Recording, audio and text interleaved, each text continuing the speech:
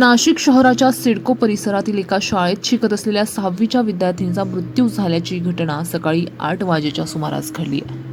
दिव्या त्रिपाठी असं या मृत झालेल्या विद्यार्थिनीचं नाव आहे. दिव्या सकाळी शाळेत आल्यानंतर वर्गातील बेंचवर बसतानाच तिला अचानक चक्कर आली. शिक्षकांनी तिला उपचारासाठी तात्काळच जवळच्या एका खासगी रुग्णालयात दाखल देखील केलं. त्यानंतर पालकांना ही माहिती समजताच त्यांनी रुग्णालयात धाव घेतली. मात्र डॉक्टरांनी तपासून तिचा मृत्यू झाल्याचं घोषित केलंय. तिचा मृत्यू नेमका कशामुळे झाला याचं कारण अद्यापही स्पष्ट झालेलं नाही. सदर घटनेची माहिती अंबड पोलिसांना मिळताच त्यांनी घटनास्थळी धाव घेत पंचनामा केला. पुढील तपास अंबड पोलीस करत आहे.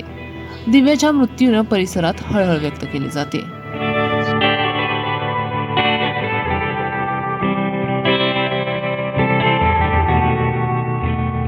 नाशिक माझा न्यूजसाठी प्रतिनिधी ललित फुलमाळी, नाशिक.